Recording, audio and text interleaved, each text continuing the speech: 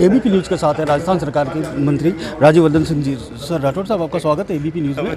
आपके पास खास महकमा है खेल को लेकर लोगों में काफ़ी उम्मीदें हैं, क्या कुछ देना चाह रहे हैं? राजस्थान के अंदर पिछली सरकार ने ग्रामीण ओलंपिक कराया, शहरी और ग्रामीण ओलंपिक कराया। एक सवाल उठाया था हमारे एक विधायक साथी ने विधानसभा के अंदर, 200 करोड़, मतलब जिस मंत्रालय का बजट ही तकरीबन 50 करोड़ हो, उसमें 200 करोड़ रुपए डाले गए और उसके बावजूद भी कोई टैलेंट हंट नहीं हुआ, कोई इंफ्रास्ट्रक्चर नहीं बना और 126 करोड़ की तो टी शर्ट खरीदी गई और वो बांटी भी नहीं गई पूरी, वो अभी भी पड़ी हुई है। तो आप सोचिए, इतना बड़ा भ्रष्टाचार और युवाओं का नाम लेकर उनके भविष्य के साथ खिलवाड़। प्रधानमंत्री मोदी जी ने, मैं तो एक खिलाड़ी के रूप में आपको कह रहा हूँ ये, कि पहली बार एक ऐसे प्रधानमंत्री आए हैं जिन्होंने वाकई में फिटनेस हो, स्वास्थ्य हो, स्पोर्ट्स हो और ख़ास तौर से खिलाड़ियों को जो प्रोत्साहन दिया वो अपने आप में अभूतपूर्व है। एक खिलाड़ी का हाथ थामना, एक युवाओं को एक भरोसा देना, विश्वास दिलाना, एक पॉजिटिव आइकॉन्स उनके लिए सामने पेश करना, ये प्रधानमंत्री मोदी जी ने काम करा और अब विश्वास बन गया युवाओं के अंदर कि हम दुनिया के किसी भी मंच पर पदक जीत सकते हैं। अब इस विश्वास को हम राजस्थान के अंदर और आगे बढ़ाएंगे।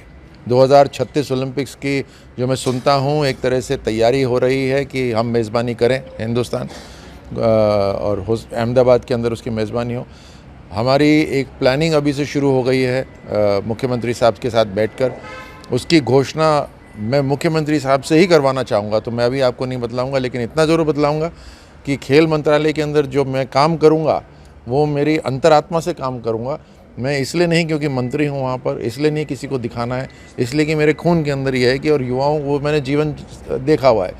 तो उसमें कई सारी ऐसी चीज़ें हैं, जैसे आप बगीचे में जब पानी देते हैं तो अगर पाइप के अंदर गांठें आ जाए तो पानी बंद हो जाता है, तो कुछ गांठें भी खोलनी है हमारे को इस खेल मंत्रालय के अंदर, और कुछ फेडरेशंस है इस खेल की, उसके अंदर वो गांठें भी खोलनी है, समस्याएं हल करनी है।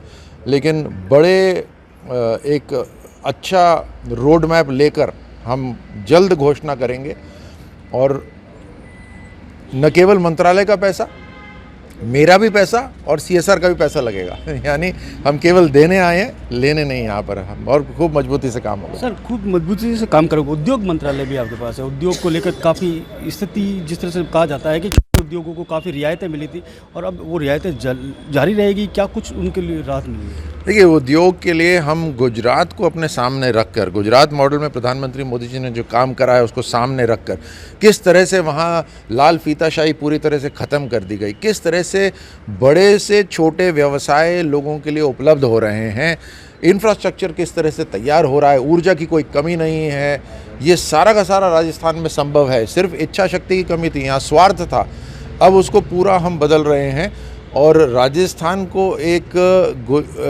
गुजरात की तरह यहाँ पर एक मैन्युफैक्चरिंग हब हम तैयार कर रहे हैं, सर्विस की हब हम तैयार कर रहे हैं। यहाँ पर मेडिकल साइंसेस का टूरिज़्म बढ़ सकता है, सोलर एनर्जी अपार है, यहाँ पर पानी की समस्या और ऊर्जा की समस्या नहीं है। वो मुख्यमंत्री साहब उस पर तुरंत काम करना शुरू ही कर दिया है। डबल इंजन की सरकार की ये ताकत है कि भी पानी कम से कम 3 लाख हेक्टेयर भूमि में पहुँचने वाला है। तो हर तरह से हम उन बाधाओं को हटाना चाहते हैं और एक लंबा विजन रखकर हर व्यवसाय को आगे बढ़ने का अवसर देना चाहते हैं। सबसे पहले हम राजस्थान के जो प्रवासी हैं, हम उनसे अपील करना चाहते हैं और आपके माध्यम से मैं कहता हूँ, वो जहाँ पर भी हैं, चाहे कलकत्ता हो, मुंबई हो या विदेश हो, उन्होंने बहुत शानदार तरीके से व्यवसाय हर जगह सेट करे हैं। उन्हें राजस्थान के अंदर एक उद्योग तो लगाना ही चाहिए, कम से कम एक उद्योग राजस्थान में, ये लक्ष्य लेकर वो ज़रूर काम करें। हम उनके लिए सारी बाधाएं हटा देंगे और उनके घर पर जाकर उनको VIP ट्रीट करते हुए हम काम करेंगे और उसके बाद इंटरनेशनल कंपनीज़ के पास भी हम जाएंगे। सर 2047 तक सोने की चिड़िया की बात की जा रही है, देश एक बार फिर सोने की चिड़िया बनेगा। इसको लेकर आप किस तरह, कई तरह की ऐसी चीज़ें हैं जो संस्कृति है उसको तो खराबा कर रही है। इस पर सेंटर है, हुक्का बार है, इसको लेकर क्या कुछ रहेगा सर? युवाओं के लिए काफ़ी मादक पदार्थ तक वहाँ तक पहुँच रहे थे। ये आपने जो अर्थव्यवस्था की बात करी, अर्थव्यवस्था प्रधानमंत्री मोदी जी लक्ष्य रखकर काम करते हैं। एक ऐसे पहले प्रधानमंत्री हैं जो खुद ही के लिए एक समय सीमा बांध देते हैं, जो योजना बताते हैं उसकी खुद ही को समय सीमा दे देते हैं और उस समय सीमा से पहले ही काम कर देते। तो इस तरह की लीडरशिप है आज देश में। तो 11वें स्थान से हम आज 5वें स्थान पर आ गए हैं और 5वें से हम 3रे स्थान पर जल्द पहुंचने वाले हैं। हमारी $7 ट्रिलियन की इकोनॉमी प्रधानमंत्री जी ने कही दी, वो तैयार होने वाली है और अगले 25 वर्ष के अंदर हम दुनिया के सबसे विकसित राष्ट्रों में से गिने जाने वाले हैं। संस्कृति और विकास दोनों एक साथ चलेंगे तभी लॉन्ग टर्म डेवलपमेंट होता है, नहीं तो शॉर्ट गेन्स रहते हैं।